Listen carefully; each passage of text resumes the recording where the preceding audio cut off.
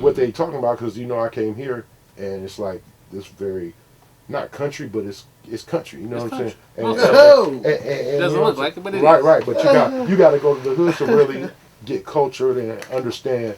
Oh, this where my people's at. This where we at. So when I got to the, we moved to the south side when I first moved here, so I was comfortable being on the south side. But then, starting to get older, I think I was like 19 the first time I seen DuPont Road. You know what I'm saying? So, you know what I mean? And then I was like, wow, Fort Wayne actually is kind of big. And then, started getting around here. And then fast forward in the moving with my music, you know what I'm saying? To go back real quick, like I said, I was 14 years old, I was beatboxing, and one day I just stopped beatboxing and freestyled on them. And everybody was just like, oh, snap. This dude just... Now, let me ask you this. When you did that in New York? No, that was here. That was here? Yeah, that's so you went from a beatboxer straight to spitting some bars. Straight spitting bars. Yeah. And it was wild by that. Oh, yeah. All right. So I want to... because it's not an ulterior motive or anything like that. What I've realized here, and being that you've been in the culture, you've been in the circuit, you've seen what's going down, I've noticed that once you are introduced on a certain element or level or whatever, the people here will not let you escape that. Right. What time did you start saying that when if you come in, like you said, you the master percussionist, right? No, I'm just a master. He's a good. See, masters say that. No, that's the humility. Right. I wouldn't say that. A legend will not call himself a legend. He's not gonna call it. You gotta let the other people identify. Facts. Let me get off my board. Listen. So you're a percussionist, right? Yes. Is that how you were introduced into the world of music? I was born into it. You was born into it as a percussionist, right? I started playing when I was 4. All right. So have you done something outside of percussion?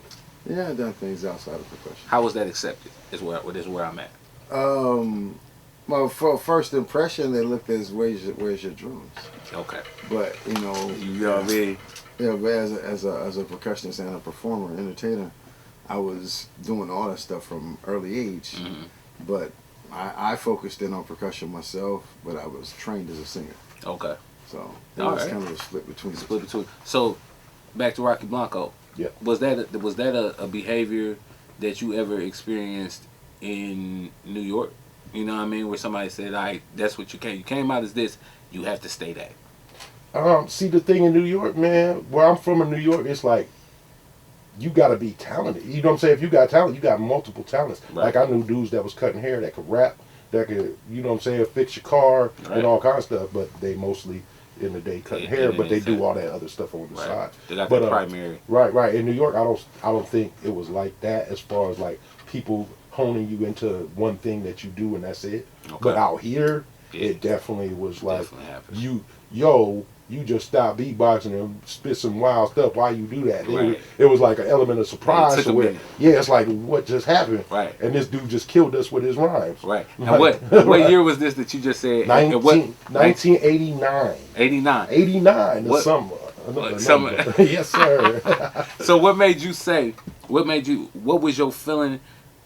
Can you recall any song that day that made you say, "Hey, the beatboxing stops today"? You know what I mean? Whack MCs. Whack MCs made you say. I had to just snap on them, man. Right. I was like, y'all spitting some whack, whack-a-doodie. And I was like, bro, it was like, I got to say something because if I don't, they're going to keep on thinking they want me to beatbox for them and they look dumb. Right. And I'm sitting here looking dumb because I'm beatboxing. There you go.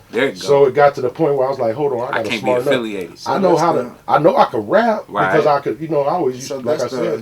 That's the Public Enemy Rakim era. Definitely. Just right at the tip of it too. It's just pre-NWA. You know yes. Like we bring 88. Yeah, like F the Police wasn't even around. Right. We weren't even thinking about saying that about police at that point. They were talking about some thinking of a master plan. Thinking of a master plan. 89 the summer, another number.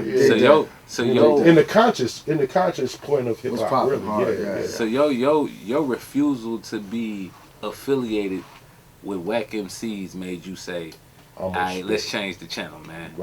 Y'all can't have me playing the background." And y'all booty. Right. I said it was me and you straight Garbino. Right. Because they not go, they gonna remember. Because anybody who hear the story gonna want to know what happened. So who was it?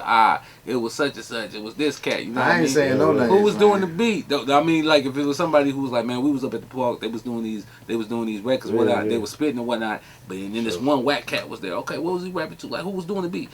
It was that cat Rocky. He was doing the beat for him. So now both of you cats. Guilt by association. Guilty by association.